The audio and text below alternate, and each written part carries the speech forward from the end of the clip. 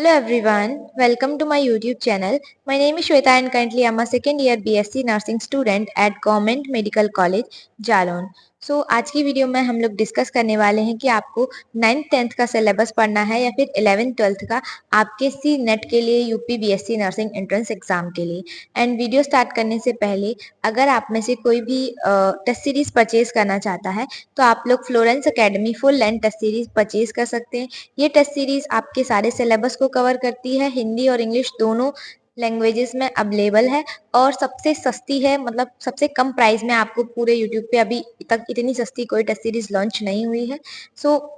आप लोग इसको डेफिनेटली परचेज कर सकते हैं।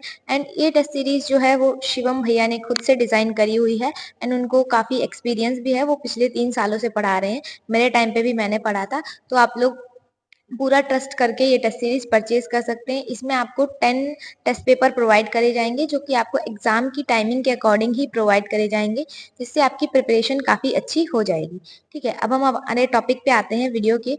तो इसमें मैंने अभी आपको बोला 9th-10th या 11th-12th स्टूडेंट्स को बहुत ज्यादा कंफ्यूजन हो रही है एंड काफी जगह जो यूट्यूब पे पढ़ा रहे हैं बहुत ज्यादा हाई फाई पढ़ा दे रहे हैं। इस वीडियो में मैं आपको क्लियर कर दूंगी कि आपको 11th-12th का पढ़ना है या 9th-10th का।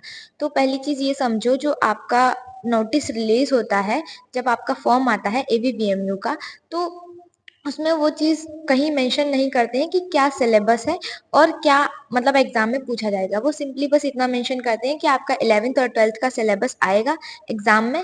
सिलेबस वो मेंशन नहीं करते हैं, वो बस इतना मेंशन करते हैं 11th-12th का आएगा, 11th-12th स्टैंडर्ड का पूछा जाएगा।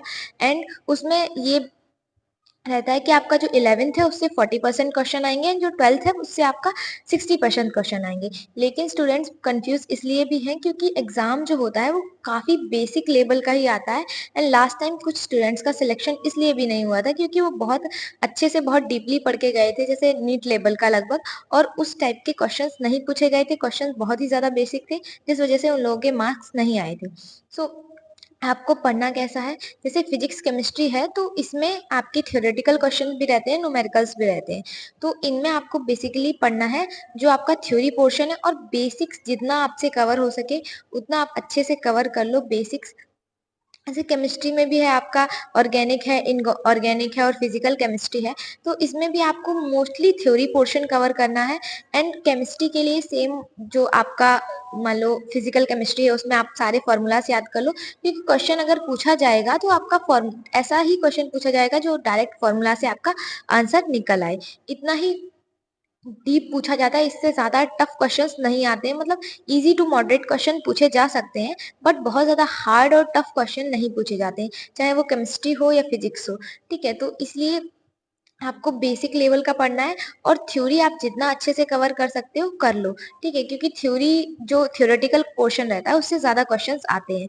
अब 9th-10th की बात करी जाए तो मुझे नहीं लगता कि अगर आप 11th-12th का अच्छे से पढ़ ले रहे हो उसके बाद आपको 9th-10th पढ़ने की जरूरत है, क्योंकि 9th-10th में क्या है, जो आपकी चीजें बहुत ही थोड़ी थोड़ी दी गई हैं, वही 11th-12th में जो है ब्रॉड करके दी हुई है। बहुत ज्यादा मतलब सिलेबस जो पहले आपका छोटा सा था उसको थोड़ा बड़ा चढ़ा के दे दिया है 11th-12th में। अगर आप बेसिक कवर करोगे 11th-12th का तो आपका 9th-10th का बेसिक वैसे ही कवर हो जाएगा। एंड आप लोग पेपर के पैटर्न को लेके ज्यादा कंफ्यूज मत हो। कोचिंग सेंटर वाले ऐसा बोल रहे होंगे कि इस बार पेपर बहुत टफ आएगा, बहुत ही ज्यादा हार्ड क्वेश्चंस पूछे जाएंगे क्योंकि कंपटीशन बढ़ रहा है। तो देखो, पेपर का पैटर्न हम पिछले साल पेपर कैसा आया था उसी के अकॉर्डिंग बता सकते हैं, और अभी तक 3 बार सी नेट हो चुका है जिसमें आपके बेसिक क्वेश्चन ही पूछे गए हैं।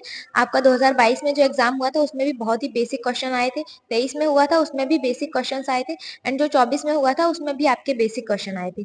लेकिन क्या हुआ था कि जो 2022 में हुआ था और 23 में हुआ था वो दोनों एग्जाम हुए थे आपके केवल इंग्लिश में, उसमें हिंदी नहीं पूछा गया था। मतलब हिंदी में आपका पेपर ऑप्शन ही नहीं था हिंदी का। एंड 24 में क्या हुआ था कि आपका हिंदी और इंग्लिश दोनों मीडियम में आया था। तो इस वजह से एकदम से कट ऑफ बढ़ी थी 2024 में, जो कि मैंने पहले से आपको बताया था कि जब दोनों लैंग्वेज में पेपर आएगा तो कट ऑफ ऑब्वियस सी बात है कि बढ़ेगी। और सेम इस बार भी है कि आपका हिंदी और इंग्लिश दोनों में पेपर पूछा जाएगा, तो कट ऑफ तो थोड़ी हाई रहेगी ही रहेगी। ठीक है, आप लोग बहुत परेशान मत हो कि हाई टफ पेपर आएगा। तो पेपर का देखो, जैसा पेपर अभी तक आया उसी के अकॉर्डिंग हम पढ़ाई करेंगे, और अभी तक पेपर आपका बेसिक ही पूछा गया है, तो आप लोग बेसिक ही पढ़ो। इधर उधर ज्यादा वीडियो देख के कंफ्यूज मत हो, तो बहुत ज्यादा परेशान होने की जरूरत नहीं है। और इंग्लिश और नर्सिंग एप्टीट्यूड का ऐसा है कि मैंने पहले से आपको बता रखा है, सिलेबस भी बता रखा है। एंड काफी ज्यादा क्वेश्चन प्रैक्टिस भी करवाई है, 8 से 10 वीडियोस जो 11th सॉरी नर्सिंग एप्टीट्यूड और इंग्लिश को मिला के बन जाएंगी। अगर आप वो देखोगे तो आपको एक आइडिया लग जाएगा कि किस टाइप के क्वेश्चन पूछे जाते हैं। और वो क्वेश्चंस भी आपके जैसे 11th 12th का ग्रामर ही पूछा जाता है इंग्लिश में, और नर्सिंग एप्टीट्यूड में आपसे बेसिक साइंस के क्वेश्चन मतलब बेसिक बायोलॉजी जो बहुत ही इजी से क्वेश्चन रहते हैं। और उसमें क्या है, नर्सिंग एप्टीट्यूड में आपका नर्सिंग का ही पूछा जाता है, नर्सिंग का बेसिक नॉलेज कि आपको नर्सिंग के बारे में कितना पता है। तो यही सारी चीजें पूछी जाती हैं, जिसमें आप लोग पहली चीज तो बहुत ज्यादा परेशान मत हो, परेशान ज्यादा होगी तो पढ़ नहीं पाओगी। और एक चीज और कि पढ़ाई का कोई अल्टरनेटिव नहीं है, आपको पढ़ना ही पड़ेगा। आप 50 बार स्ट्रेटेजी वीडियो देखेंगे तो उससे भी कुछ नहीं होगा जब तक आप खुद से नहीं पढ़ेंगे।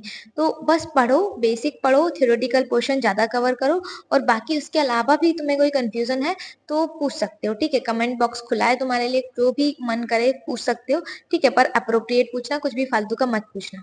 एंड एग्जाम के बाद आपका जो भी प्रोसेस रहेगा, फॉर्म मतलब काउंसलिंग के टाइम पे कौन सा डॉक्यूमेंट लगेगा या फिर कितनी फीस लगेगी, तो उसके लिए आप लोग अभी से परेशान मत हो।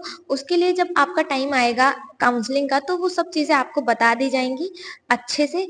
और जब फॉर्म आएगा तो तब भी मैं आपको इन्फॉर्म कर दूंगी, ठीक है। तो इन सब चीजों के लिए अभी से परेशान मत हो, बस अच्छे से पढ़ाई करो। एंड उसके अलावा तुम्हें कोई भी दिक्कत है तो तुम पूछ सकते हो, ठीक है। सो आज की वीडियो के लिए इतना ही। आई होप आपको ये वीडियो क्लियर हो गई होगी एंड आपको समझ में भी आ गया होगा कि आपको 11th पढ़ना है, 12th पढ़ना है, 9th पढ़ना है कि 10th पढ़ना है, ठीक है।